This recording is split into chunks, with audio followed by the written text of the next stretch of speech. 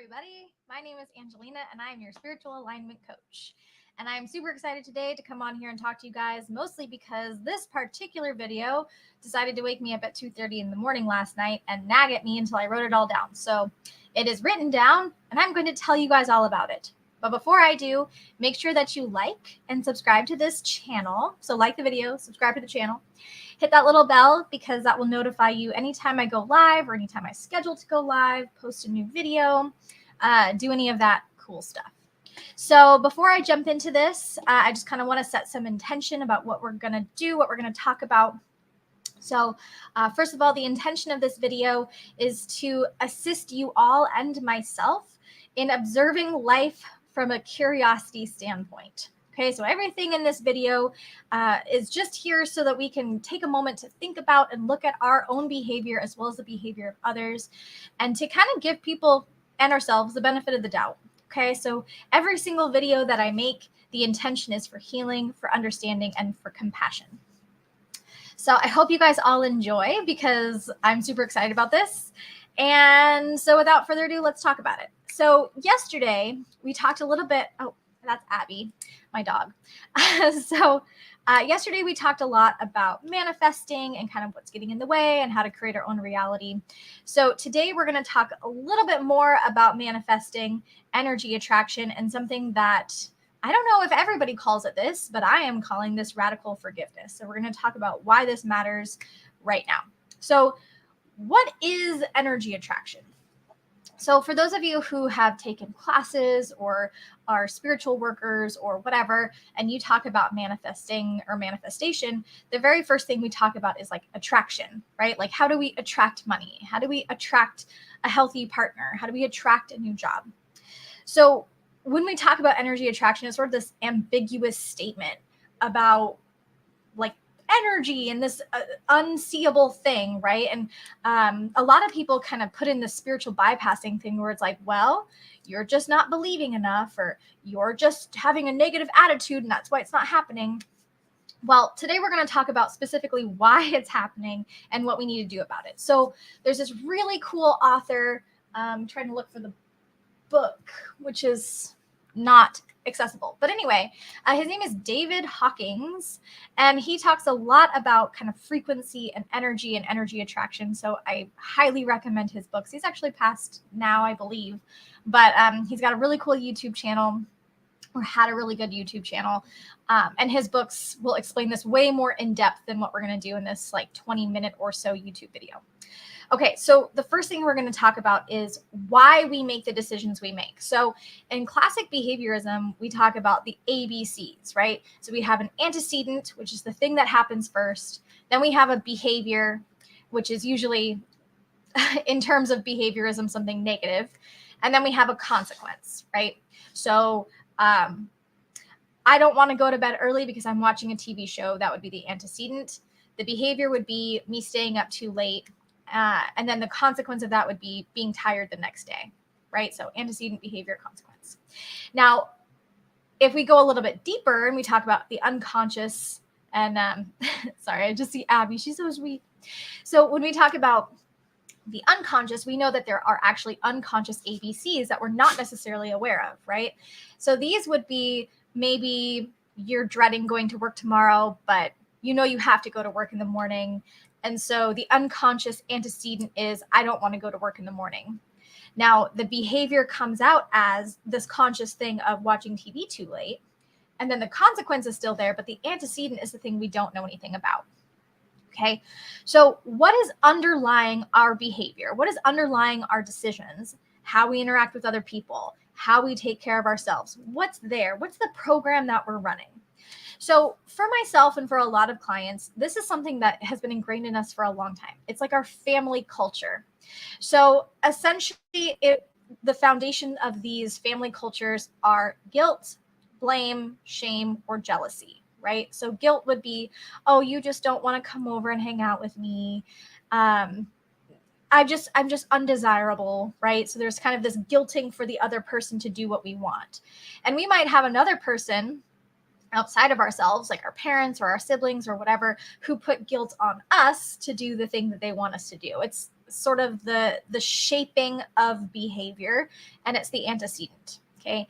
Now, if you ask somebody who does this type of behavior or yourself, why do you do that? Why do you guilt me? Or why am I guilting you? The answer is probably going to be, I don't know. Right? And that's why it's the unconscious antecedent, because most people don't know where that behavior started. They just know that it's one, right?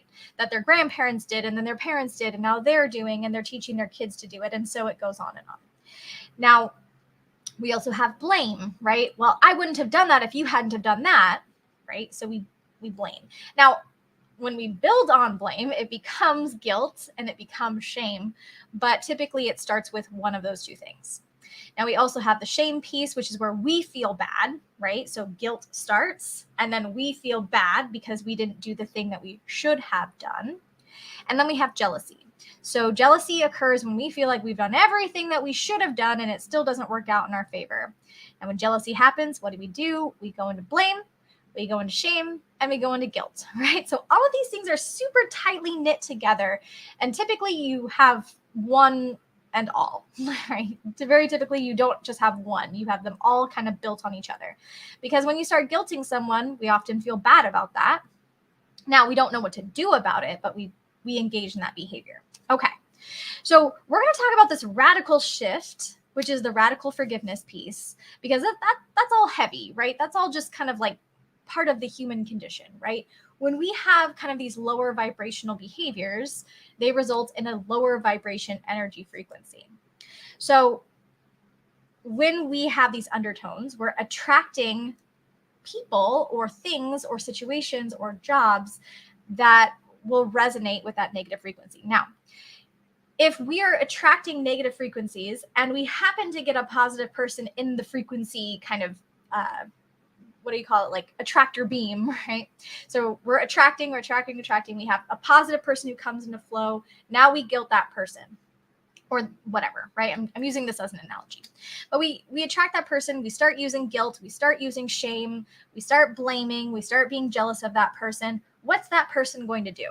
Person's probably going to go away, right? Or they're going to get angry, or they're going to start feeling bad. They're naturally going to go either into a lower vibrational frequency, or they're going to sever the relationship and not come near you, right? Or vice versa. If you're attracted in somebody else's negative beam, you're probably going to be like, you're a really negative person and I don't want to be around you, right? And you may or may not even tell that person, because ghosting is a thing. So what do we do with this? What do we do with this thing, right? How do we accept and engage in radical forgiveness? So I know what some of you guys are thinking, because I thought about this too at 3:00 in the morning, because I've been thinking about this since 2:30, is, some things are really hard to forgive. Like there are things and situations and people in my life that have really harmed me, who have done really big things, really bad things. And I'm just supposed to forgive them, right? I'm expected to forgive them. And, that can be hard, right? And some of you who are watching this video are probably going to just turn me off right now and be like, nope, I'm not going to forgive these people or these situations because they were so bad. That's okay, because guess what? You're human and you get to feel human things, right? We're here on this earth to experience, which means we have the opportunity to experience bad and good. So it's okay if you're in that space and you're not ready yet. This is just how to move forward when you are ready. Okay, so these videos exist outside of time and space. Even though for me, it is 9:39 on the 2nd of November. When you watch this, it might be December. It might be, 3 years from now. I don't know. So whenever you're ready, this is an opportunity for you to accept this radical forgiveness thing, which I still haven't told you about, but I'm going to in just a second. Okay, so if we believe, as spiritual people or not spiritual people, that we are here on this earth to experience life, to experience the good, the bad, the ugly, the fun, the great, the wonderful, whatever, if we believe that's true, then we have an opportunity to look at our life situations as simply moments to experience, okay? So if that's true, if we're experiencing life, the good, the bad, and everything in between, we can look at these moments where we have harmed or been harmed as experience. Now, when we talk about forgiveness, we're not saying the bad things that happened are okay, or the bad things that happened were like reasonable, right? Because nobody's saying that. The bad things that happened to you were bad. Bad things that happened to me were bad. The bad things that I did to other people were bad. We're not going to invalidate that piece. We're just going to say, yes, those things happened and they made me stronger. They made me better. They made me more compassionate. They made me and the other person understand each other better. Whatever that looks like for you, that's the processing piece. Okay. So radical forgiveness is simply the idea and the practice that you're going to allow yourself to gain wisdom from life adversities. So I talk about this a lot kind of in my practice, which some of you may or may not know, is there's a difference between knowledge and wisdom, right? So I may know that I hurt somebody's feelings. That's knowledge, right? Because I'm a Capricorn and it does happen on occasion that I hurt somebody's feelings and I don't even know it, right? But wisdom is saying, okay, I know that this is hurtful for that person, right? It hurts that person's feeling when I guilt them. So I'm not going to guilt them anymore because that's not in alignment, right? So when I interact with this person, I'm going to choose a different option, maybe compassion, maybe a know your heart exercise, maybe just forgiveness, right? Maybe I never talk to that person again because we're not good for each other and I just accept that. And I gain wisdom from understanding that not everyone is for everybody, right? So when we gain wisdom, we're basically saying that we know these things happened. I know that I did something bad or somebody else did something that was harmful, right? We can all agree, all parties, myself and whoever I harmed or whoever harmed me, we can both agree that something bad happened, that we did something wrong to each other, perpetuated some harmful energy. And we can also agree that if a situation like this ever occurs again, that we will do our best to handle it differently, okay? And I'm going to get to this in a second because I can feel some of you already going, well, what if both parties don't agree? What if the person who harmed me doesn't agree that they're going to do something differently next time? Okay, hold on to that because we're going to talk about it. Okay, so if we both agree to do something differently in the future, or at least attempt, right? Every single time attempting to do better and better and better until we're no longer in the pattern. What do we have? We don't have knowledge, right? We're moving into wisdom. We're moving into compassion and forgiveness, okay? The main point of every single video that I have ever and will ever make is that we are human, which means we make mistakes, right?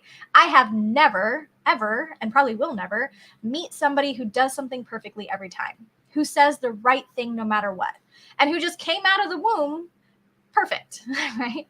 I know a lot of people who have worked on it, who have, processed their emotions and processed their behavior, and every single day they strive to be better, but nobody just exists that way, right? So the whole point of this piece, the whole point of radical forgiveness is choosing into wisdom so that next time we don't have to work in forgiveness. We can just work in compassion. Hey, Abby, get out of here. Okay, sorry, I've got two dogs playing right here. Okay, so what do we do if we are working on radical forgiveness? We're forgiving ourselves, we're forgiving the other person, but that person has decided they're not going to work on it with us. What do we do with that? Okay, we have options. We have options of what we're going to do. And this is kind of what I was talking about before when we're saying like the negative thing that happened isn't okay. It served a purpose. We don't always know what the purpose is, but we know that it did in fact serve a purpose of some kind. So what do we do if the person decides they're not going to work on themselves? That's up to you what you're going to do. Now, for me, because I'm practicing radical forgiveness, I still offer that person compassion because I know that they're not where I'm at. The other piece of that is if that person isn't going to be in wisdom and they're not going to be in compassion, they're not going to work on forgiveness with me, they don't get to be in my attractor beam anymore, right? Because they can't handle it, right? Whatever that looks like, whatever they can't handle it looks like for that person, they don't get to keep perpetuating that negative thing with me because I've decided that that's a boundary. So this is my favorite thing ever to talk about, which is boundaries. Let me just make sure I'm on track with my notes here. Yeah. So we all make our choices. That's what radical forgiveness is about, right? It's about making the choice to be in compassion, to understand that we're human, right? That's like the biggest piece, is like there's this humanness thing where we have to say, okay, I'm not perfect. That person's not perfect. Maybe they're grumpy. Maybe they're having a bad day. Maybe they're truly evil, right? We don't know. But we can assume that whatever the case is, we are working in a different direction. Okay, so what are boundaries? Boundaries are these really cool things that essentially, when we make a boundary, we're doing it out of love and respect and mutual negotiation. So I always tell people that if you're making a boundary with somebody and it's causing that person harm, like a legitimate harm, like if I tell somebody that every time they come in my house, I have to punch them in the arm and they have to let me, that's my boundary. Well, that's not really a fair boundary to have, because that's causing harm to another person. So we can't do that. Well, we can, but it's not a healthy boundary. Okay, so boundaries, love and respect. Now, the other piece of that is, if somebody continues to violate a boundary, does that mean that they get to keep coming into my space? No, they don't get to keep coming into my space. And I would hope that anybody who is in my life, if I was consistently violating a boundary, they would say, Angelina, I can't do it anymore. I'm sorry. You don't respect my boundaries. We can't be together in whatever fashion, right? So boundaries are incredibly important for us, especially when we are coming into a space of awareness with the harms or the underlying conditions or emotions that are projecting us forward in life, okay? So if you guys are watching this and you're curious about boundaries or radical forgiveness or energy attraction, or if you're finding yourself or somebody that you love in like incredibly deeply in guilt, shame, blame, jealousy, whatever, leave that in the comments if you're comfortable. Tell us your experience, because I think that that's like the other intention I have for this channel, is that we're a community of people who are here to support each other on our journeys. Tell us what you think. And remember, I also experience guilt and blame and shame and jealousy and envy and all the negative things that occur in every single human being, because I'm also a human being. But what I choose to do with it, if I'm aware of it, and if somebody is kind enough to say, like, Angelina, you're in a weird pattern right now. How can I support you, right? When we're in that space, that's how we shift forward, okay? So when we notice ourselves in a negative energy attraction, we want to be in a positive energy attraction because we're trying to bring more good things into our life. The very first piece is to recognize it, to see where it's coming from, to validate it. And by validate, I mean, okay, I'm a human, they're a human, we did a human thing here. And then we can decide where we're going to move forward with that, okay? So some of you might ask, because I know that happens from time to time, is this question of like, why are you always so happy? Every time you come on a video, you're smiling, you're in joy, you just radiate, right? Whatever. Okay, so here's why. Here's why this happens. And anybody who knows me well, hopefully will agree to this, is I do this thing called embracing my humanness. And what I mean by that is, if I make a mistake, I have to acknowledge that. And if somebody else brings to my attention that I made a mistake, then I acknowledge that. I don't invalidate it by going, well, I'm just a human, so I just do whatever. No, that's not exactly how it works. It's to apologize, to bring compassion for myself and for the other person, to bring this sense of, how are we going to move forward? How are we going to move into wisdom with each other so that this thing doesn't happen again in the future, right? Now, depending on the severity of the harm, right? Because I say that before I say this next part, because this is important to me, is I practice kind of the laugh it off effect, right? So I'll give you guys a good example. I think it's a good example. So these are my reading glasses. They're really good for like the computer and, you know, on my phone or reading a book or whatever, but they're really not so good for walking around the house. So earlier today I was walking around and I was kind of doing stuff, and I came and sat down on the computer and I scheduled this live and I had my glasses on. I got up from the computer to go into the other room, you know, where my dogs were. And I still had my reading glasses on. So I'm just like stumbling around like, whoa, why am I so dizzy right now? This is really weird. And I was like, oh, because I'm wearing the wrong glasses. Okay.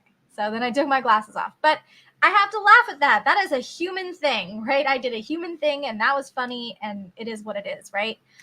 So we can practice radical forgiveness no matter how big or small the problem might appear, right? Obviously, causing somebody harm and then saying, hey, you caused me harm, and you laughing about it, that's probably not going to work in your favor, right? So using some discernment on how you use these skills is going to really benefit you all, I think. Let me know what you guys think about this in the comments. Tell me what you think. Tell me if you agree, if you disagree, if you practice radical forgiveness, if you think I'm a total weirdo and absolutely absurd for even addressing this problem with you all. Tell me so in the comments. It's okay. I can take it. Let me know what you guys think.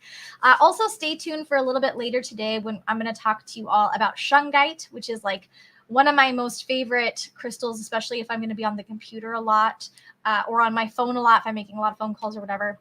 Yeah, that's going to be really exciting. And we're going to talk about grounding, so which is also my other favorite thing.